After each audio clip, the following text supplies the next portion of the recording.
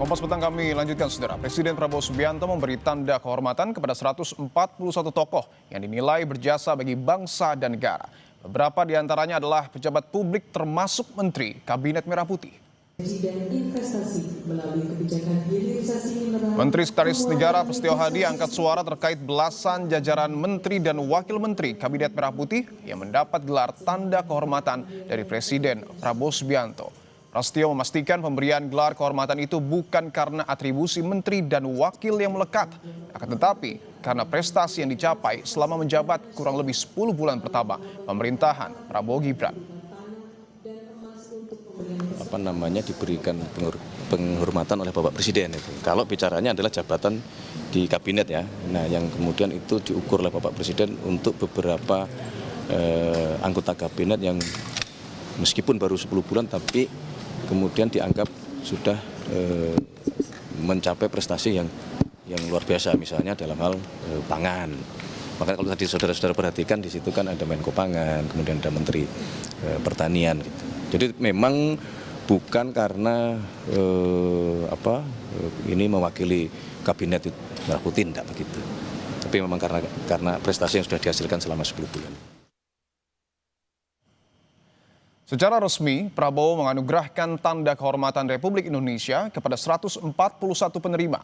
Tanda kehormatan Bintang Republik Indonesia Utama diberikan kepada 15 orang, 2 diantaranya adalah Puan Maharani, Ketua DPR RI, dan Sufmi Dasko Ahmad, Wakil Ketua DPR RI. Bintang Republik Indonesia Utama merupakan salah satu tanda kehormatan tertinggi di Indonesia.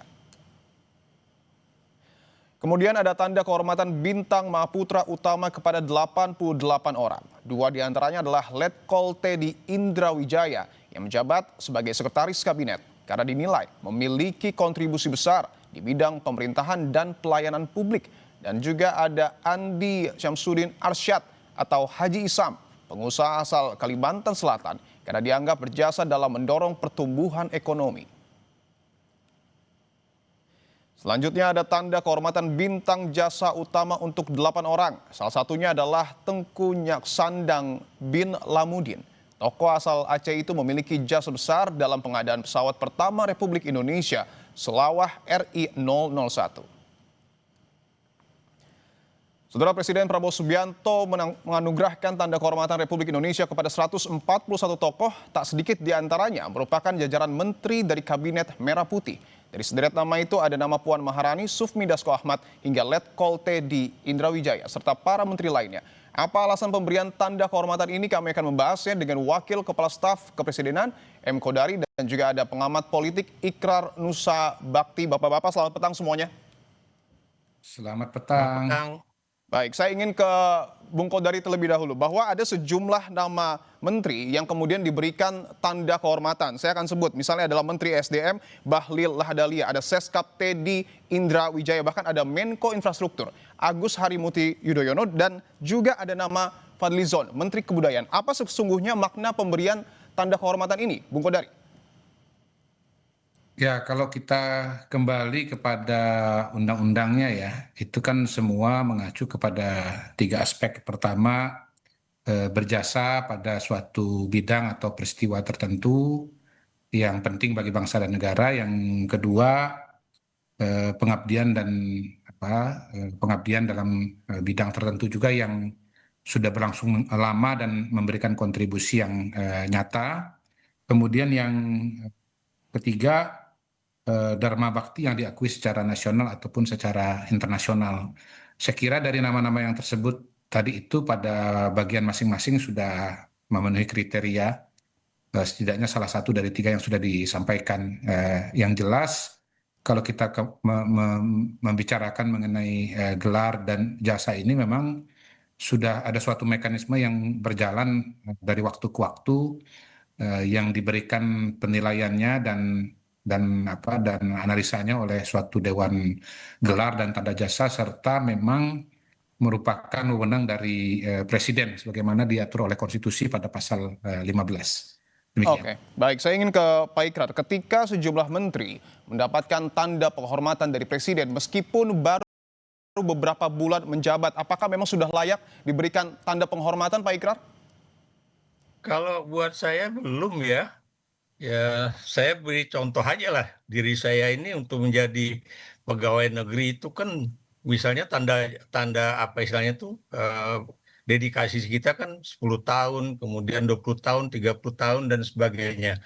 Nah, ini kalau kemudian seorang menteri yang baru menjabat 10 bulan, bagaimana kemudian dia dikatakan sudah melakukan suatu tindakan-tindakan yang baik untuk rakyat? Apalagi kalau kita lihat ya, bagaimana kondisi ekonomi kita pada saat ini ya, atau kemudian kalau kita lihat yang paling kecil aja lah, bagaimana beras itu menghilang dari pasar, bagaimana kemudian dikatakan bahwa Menteri Pertanian ataupun mereka yang menangani masalah-masalah logistik itu benar-benar sudah bekerja sebaik-baiknya ya. Ini menjadi satu contoh ya. Saya beri contoh ya, ini hari ini misalnya ada tulisan teman saya ya, ini apa namanya itu Yudi Latif ya, mengenai apakah misalnya bintang Mahaputra itu benar-benar layak untuk diberikan kepada yang tadi Anda sebutkan nama-namanya itu ya. Dia memberikan contoh ya, bagaimana pada masa lalu itu bintang Mahaputra itu diciptakan untuk mahkota kenegaraan ya, dan itu diberikan kepada contohnya di sini ya Jenderal Sudirman, kemudian juga Muhammad Natsir, Ki Hajar Dewantoro dan sebagainya ya. Tapi di situ tampak jelas ya, apakah kemudian tiga orang itu benar-benar layak mendapatkan bintang yang tadi saya katakan Mahaputra tersebut. Kalau buat saya ya, karena memang mereka itu mendarmabaktikan dirinya itu untuk Indonesia. Oke. Kalau untuk diberikan kepada yang tadi yang berasal dari Aceh ya, itu juga saya setuju. Kenapa demikian? Karena biar bagaimanapun beliau itu memberikan suatu sumbangan yang tidak ternilai harganya ya, yaitu pesawat Seulawah DC-3 ya, Ya. yang kemudian menjadi pesawat pertama yang dimiliki bukan saja oleh Indonesia tapi juga oleh Garuda Indonesian Airways ya. Oke. Dan itu adalah suatu pesawat yang benar-benar amat berharga bagi sebuah republik yang baru berdiri ya. Oke, baik. Atau kemudian kalau nanti pemerintah juga memberikan suatu penghormatan kepada orang Aceh juga yang sudah memberikan sumbangan untuk emas yang Ya. kemudian dipasang di Monumen Nasional atau Tugu Nasional dulunya ya, itu juga adalah orang-orang yang memang pantas untuk mendapatkan kehormatan tersebut ya. Tapi kalau kemudian Baik. seorang menteri yang baru bekerja 10 bulan atau Oke, kemudian baik. seorang anggota DPR yang baru juga 10 bulan bersama Pak Oke. Prabowo Subianto kemudian mendapatkan Baik, baik, Rap. bintang jasa yang cukup tinggi Oke, buat artinya ada saya. beberapa nama menteri yang kemudian Anda sebut belum layak. Apakah ada nama-nama lain yang mungkin menurut Anda juga tidak layak? Karena ada beberapa nama pengusaha, sebut saya seperti Haji Isam yang juga kemudian diberikan tanda penghormatan. Tanggapan Anda? Nah, jadi kalau Haji Isam ya, ini kan apakah karena beliau ini membantu Pak Prabowo dan juga dulu Presiden Jokowi untuk misalnya food estate ya. Pertanyaan saya, food estate yang kemudian juga dulu dikerjakan oleh Haji Isam, itu benar-benar sudah berhasil atau belum ya? Termasuk juga yang ada di Merauke sana, yang ada di Kalimantan, dan juga di tempat-tempat lain ya. Kalau kemudian itu benar sudah berhasil, barulah kemudian kita mengatakan pantas Haji Isam itu mendapatkan suatu bintang Mahaputra utama ya. Tapi Oke. kalau kemudian ini cuma gara-gara dia itu melakukan suatu pekerjaan yang sangat dekat dengan kepentingan Presiden Prabowo Subianto atau kemudian juga terkait dengan apa namanya itu upaya food estate yang ada di wilayah timur Indonesia sana, buat saya ini juga Baik. belum pantas untuk diberikan Baik, bintang saya ingin jasa ke Bung Kodari Mahaputra bahwa utama. tadi disebut salah satunya adalah Haji Isam belum layak atau belum pantas mendapatkan tanda penghormatan dari Presiden. Tanggapan Anda, Bung Kodari? Ya, tentu penilaian yang lebih detail ada di anggota Dewan Gelar yang jumlahnya sekitar 7 orang. Dan anggota Dewan Gelar itu kalau menurut undang-undang sudah diatur, ada 2 dari akademisi, ada 2 dari militer dan ada 3 dari mereka yang sudah pernah menerima tanda jasa. Kalau saya pribadi melihat bahwa Pak Sulaiman Pak Haji Sulaiman Samsudin Hafsat itu telah menjadi tokoh yang mempelopori sebelum bicara food estate tentunya adalah dunia pertambangan di Indonesia, dunia batubara, membuka lapangan kerja yang sangat luas terutama di Kalimantan Selatan. Beliau juga melakukan usaha-usaha untuk penguatan pertanian berkaitan dengan tebu, ya, dengan gula. Jadi pekerjaan-pekerjaan yang dilakukan sudah menjadi inspirasi bagi pengusaha Indonesia sekaligus juga merupakan tokoh pengusaha dari daerah yang telah berkontribusi banyak dalam hal energi di Indonesia. Jadi bukan hanya food estate saja, tetapi juga kegiatan-kegiatan ekonomi yang lain. Baik, saya ingin sambungkan karena ketika bicara soal Haji Isam, oke lah kita sebut bahwa pengusaha yang sudah lama. Tetapi kalau deretan menteri ini baru 10 bulan dan tadi disebut oleh Pak Ikrar belum layak. Apakah tidak terlalu terburu-buru Pak Presiden memberikan tanda penghormatan ini? Begini, di era Pak Prabowo ini ada banyak sekali terobosan-terobosan dan program-program baru yang sangat masif. Contohnya sekolah rakyat, bagaimana program ini belum pernah ada sebelumnya. Sekolah yang diperuntukkan untuk kalangan desil 1, desil 2, 10% dan 20% terbawah kalangan masyarakat kita. Saya berkeliling kepada keluarga dan calon siswa penerima sekolah rakyat betul-betul dalam kondisi yang sangat memprihatinkan. Mereka-mereka yang jangankan untuk sekolah, makan pun juga kesulitan. Ini dengan adanya program sekolah rakyat ini, mereka punya peluang bukan hanya untuk bisa sekolah, tetapi juga punya seragam, punya fasilitas sekolah, punya bisa makan, mendapatkan asrama, pendidikan yang optimal untuk masa depan yang lebih baik, dan itu dikerjakan dalam waktu yang singkat, yang dalam waktu 10 bulan tadi, bahkan belum 10 bulan. Oke, Misalnya kemarin Pak Prabowo memberikan pengarahan kepada guru, kepala sekolah, ya, guru sekitar 2.000, kepala sekolah sekitar 165, yang sudah oke. menerima manfaat ini sangat banyak, dan ini baru sekolah rakyat sementara ya. Oke, Bung Sementara Kodari. pada saat yang bersamaan Oke, juga akan dibangun sekolah rakyat permanen. Jadi menurut saya sih kalau saya pada posisi itu menurut saya sih layak. oke. Karena saya bisa membayangkan bagaimana besarnya effort yang harus dikeluarkan untuk bisa Bung Kodari, saya ingin mengusahakan dan membangun sekolah minta rakyat ini. penjelasan dari Istana. Apa yang kemudian menjadi landasan pemberian tanda penghormatan untuk Puan dan juga Sufmi Dasko Ahmad yang kita tahu DPR sedang dikritik keras oleh publik?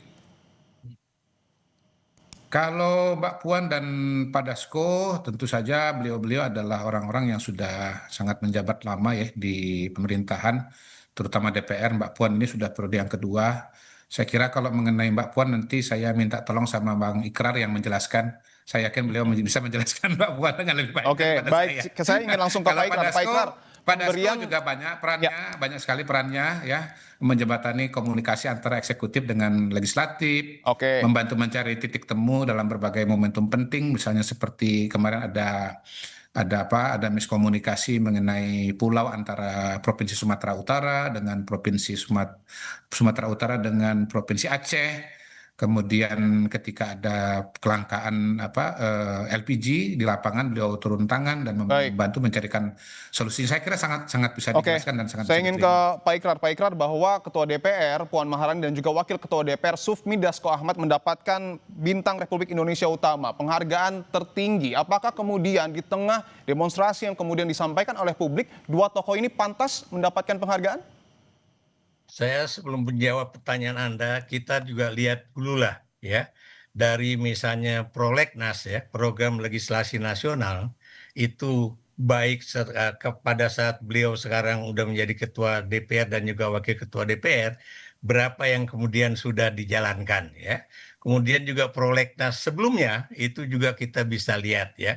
Dan kemudian bagaimana perubahan-perubahan misalnya Undang-Undang KPK pada 2019, atau kemudian juga ya berbagai perubahan undang-undang misalnya Omnibus Law, mereka sudah ada di di DPR ya. Apakah itu berjalan sesuai dengan keinginan rakyat? Apakah kemudian itu juga sudah mengambil aspirasi rakyat ya. Dan sekarang yang ramai kemarin ya misalnya dalam kaitannya dengan apa namanya itu tunjangan dan juga pendapatan anggota DPR ya.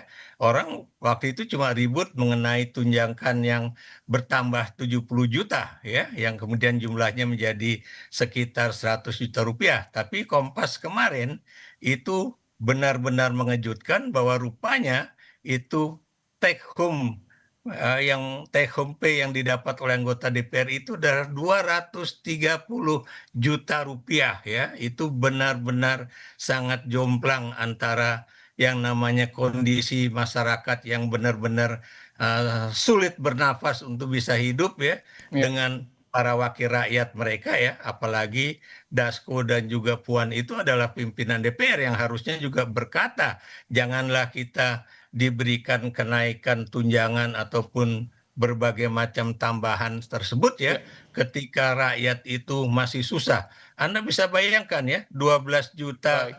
tunjangan untuk beras. Itu kalau Anda perhatikan, itu kalau harga beras taruhlah sekarang ya, itu Baik. 90.000 rupiah per 5 kilo ya. Oke. Itu berapa yang Baik. mereka bisa Baik, dapatkan Pak Ikrar. sementara rakyat susah begitu. Baik, pada akhirnya tentu publik yang akan menilai apakah kemudian para pejabat publik kita layak mendapatkan penghargaan atau tidak dari Presiden. Terima kasih sebelumnya Wakil Kepala Staf Kepresidenan M. Kodari dan juga ada pengamat politik Ikrar Nusa Bakti. Sehat-sehat selalu Bapak-Bapak. Sehat-sehat.